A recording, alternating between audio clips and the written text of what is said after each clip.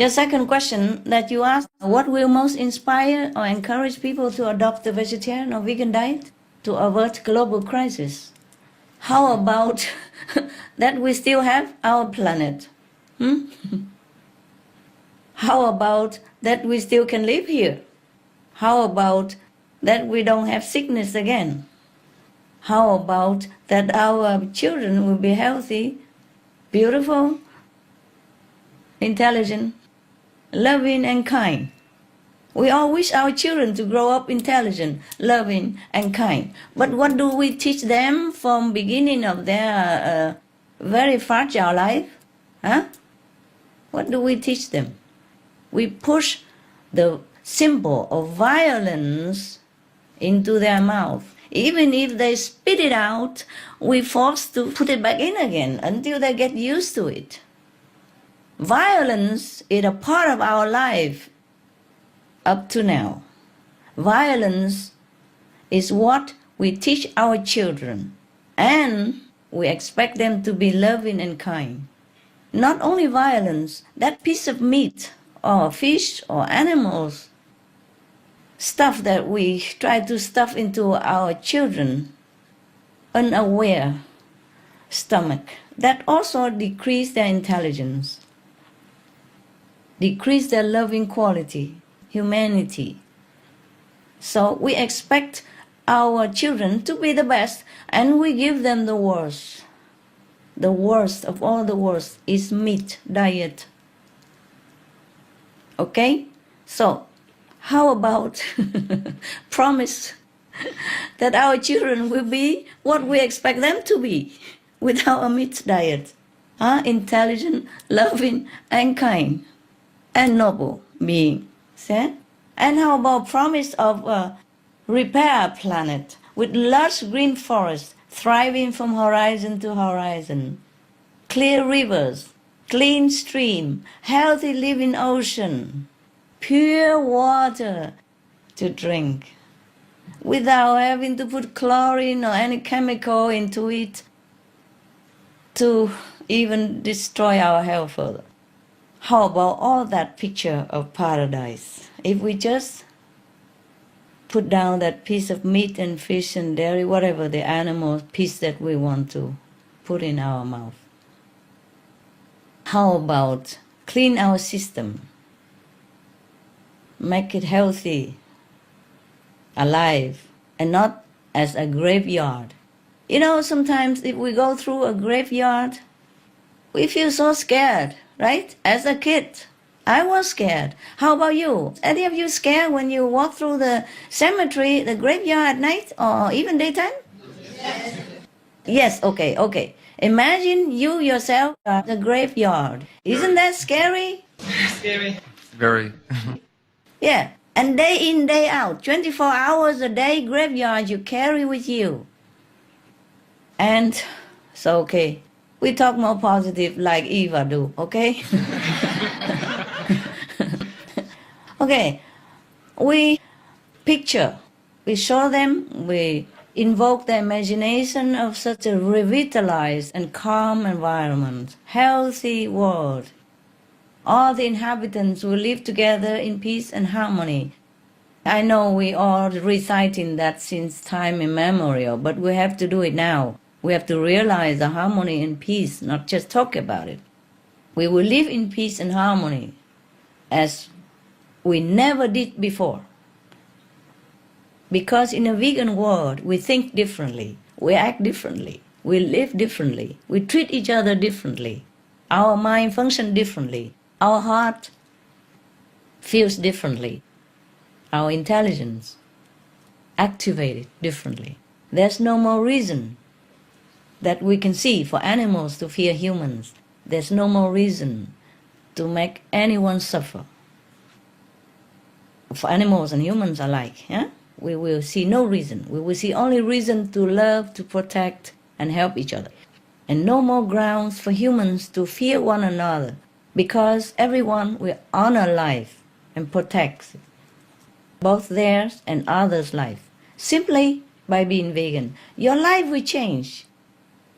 Your thinking will change. The whole being will change. Believe me, I know it because I've done it. You will change completely. You will love yourself more. You will have more self-respect, and you'll be glad that you walk the noble way of compassionate vegan diet. Without this deep-seated fear for one another or from the animal, there will be only love, peace, both with animals and humans. The wise sages and thinkers like Pythagoras said, for as long as men massacre animals, they will kill each other. And Leo Tolstoy, the famous Russian author that every one of us know, also said, as long as there are slaughterhouses, there will be battlefields. It is like that, truly like that. In the USA, for example, the FBI, Federal Bureau of Intelligence, the famous FBI of America, yes, they officially considers animal cruelty as part of how much a criminal is a threat to society. Many serial killers in their childhood tortured and abused animals. They practiced this first on the animals and later on humans. You see? And so the opposite will be true. Yes? If we are kind and loving to animals, we will also be even more kind, more loving to our human companion or human co-inhabitants. Without slaughterhouses, we won't participate in the habit of killing or even having the subconscious participation of the habit of killing. The habit of oppressing the weak and the defenseless and innocent just for our palate. It is really below our dignity. Our minds won't be in conflict so much between our wish to be compassionate, to be loving and peaceful, and our behavior that speaks louder than our words, the opposite. And further, with no weapons, no armies for battles, only time and energy and the financial power remaining for constructive works to better our society. Imagine what a society that would be. Of course, it's a heaven on earth. We will have the means and the fearless heart to solve poverty and hunger, which themselves are in many ways a product of meat eating. We will live in beauty and health and so much joy. The whole atmosphere will be brimming with happiness like a real paradise. If we become vegan, such a simple, easy step, we don't just win our beautiful planet back, we stand to gain an even more beautiful, wonderful, elevated world.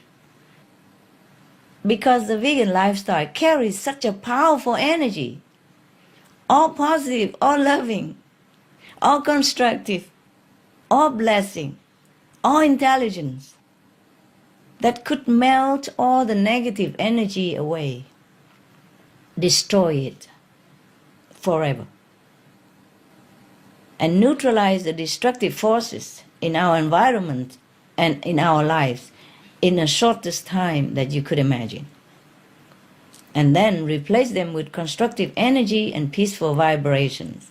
It will be just like the difference between walking into a slaughterhouse and into a vegan cafe, which you could try yourself to compare the atmosphere and the feeling.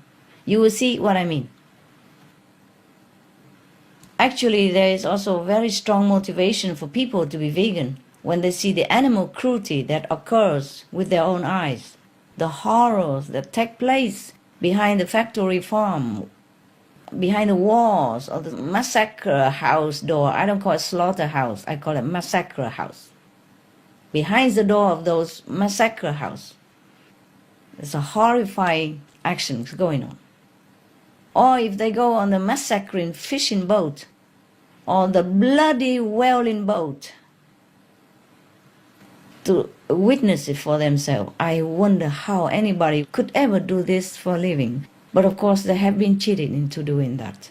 We have all been cheated into doing the things that we should have never done, should have never even imagined, because our hearts are originally full of compassion and love, but we just ignore our feeling. If you ever wonder if hell exists, just go into those massacre house or the boat that kills the whales, and go to the seals massacring areas. Go there to find hell. Then you believe that hell will exist. Our original God nature is compassion and love. I repeat again and again and again. You are not that. You are compassion. You are love incarnate. Please return to it. So when we force ourselves to watch the videos of animal cruelty, which, by the way, are purposefully hidden from us for a reason, so that we don't know, we flinch when we watch these cruelty, even on video, or even when we hear a report about it, just like before we heard one of our brothers report about the cruelty everywhere. We flinch, we cringe, we look away, we cry, or we scream. We have nightmare. We cannot bear to see the cow, the pig, the chicken's throat puncture or slit, so they bleed to death. And more gruesome, unimaginable way of torturing animals. Or the force fed of a foie gras goose, or purposeful underfeeding of a baby veal calf, or confining him so that he has to keep his tender meat, that he could not even move his body for the rest of his tender short life.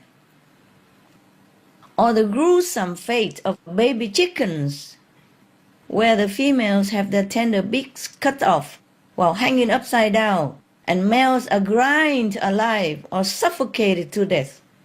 Or the non-stop misery or panic of the pigs, who are so intelligent and loving and clean, yet forced to stand knee-deep in their own filth and choking on their own toxic fumes of their own waste and screaming out of madness. Or the sheep with the broken bones from being transported thousands of miles to massacre house. We look away because it's not our nature to want to be hurt, nor it is our nature to inflict pain and agony or sheer terror on others. Health is also another very strong motivator that we can show other people to encourage them and inspire them. In a vegan world, there would be no more sad news about someone's child dying of brain damage or paralysis due to E. coli, the deadly bacteria which originally almost always comes from farmed animals. There would be no more heartache due to deadly swine flu pandemic, or mad cow disease, cancer, diabetes, strokes and heart attacks, salmonella, Ebola, etc., etc. Even AIDS, that we fear so much, is originally also from hunting animals to eat. Animal diseases from the horrid, filthy livestock raising environment are responsible for 75% of all the emerging infectious human diseases. And they are often contracted by us hunting after the animals, or forcing them to stay in a crowded, filthy place to be massacred for us to eat. This is not the way God intended for us to live with our co-inhabitants. This is not the way we should behave as children of God. We have been really deluded into doing all this and degrading ourselves thus and to this level. The animals are our helpers, our friends, and heaven's beloved. I hope whatever most motivates us, we change and quick. We are running out of time anyway. If we wait too long, I'm afraid we won't be left with a choice. If we want ourselves and our children to survive, now we still have a choice. But if we wait too long, I'm sorry, maybe no more choice.